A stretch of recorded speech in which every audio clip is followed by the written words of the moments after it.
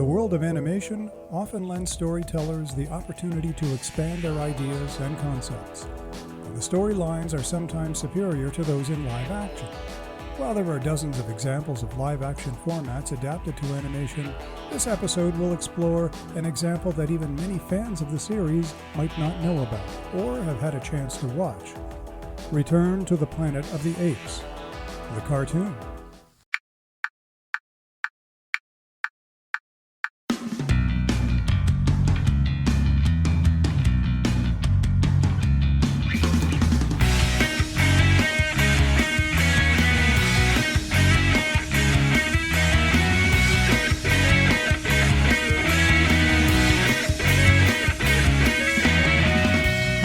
Starts now. The late 60s and the 1970s marked the peak of the early wave of live-action to animation productions. Everything from the feature film Fantastic Voyage to TV series Gilligan's Island, Emergency, Star Trek, and The Brady Bunch, all found renewed life as animated series, or in other words, as Saturday morning cartoons. The list of productions that made their way from primetime to kids programming includes many more titles. If you're interested, there are plenty of websites that detail the productions. One animated series that seems to have fallen below the radar of fan awareness is Return to the Planet of the Apes, which aired as a Saturday morning cartoon in 1975 and 1976. Bit of chronology. 5 Apes movies were screened in theaters, followed by the live-action TV series Planet of the Apes, as well as the never-aired, partially filmed sequel TV series The New Planet of the Apes. Tim Burton's movie came out in 2001, followed a decade later by the reboots Rise, Dawn, and War. The animated series was out just on the heels of the live-action series, but unlike so many other animated adaptations, Return to the Planet of the Apes wasn't exactly your typical kids' cartoon. Echoes of the Vietnam War and the Cold War resurfaced throughout the storylines. Unlike the film, its sequels and the 1974 live-action TV series, which involved a primitive ape civilization, Return to the Planet of the Apes depicted a technologically advanced society, complete with cars, movie theaters, and television.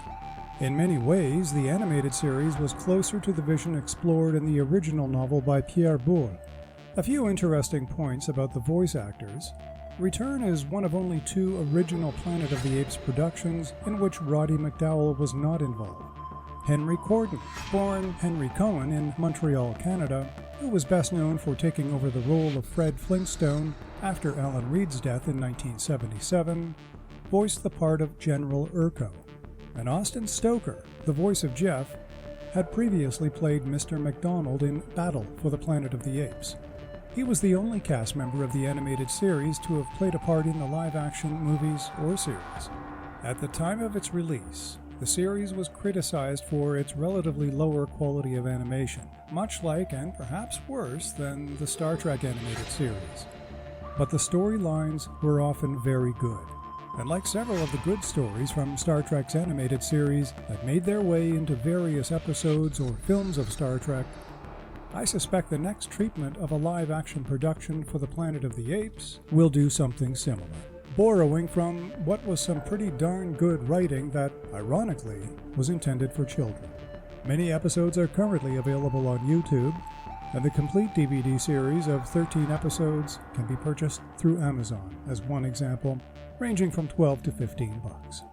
Visit StephenChristiansen.ca for more episodes of Before, Behind, and Between. This podcast is available on all platforms and podcast streaming apps, including Anchor, Spotify, Apple Podcasts, Google Podcasts, and TuneIn. I'm Stephen Christensen. Thanks for listening.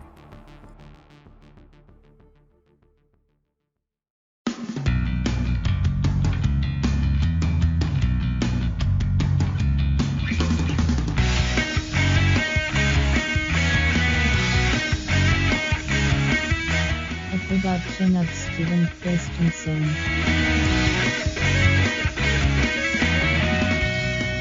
Podcast complete.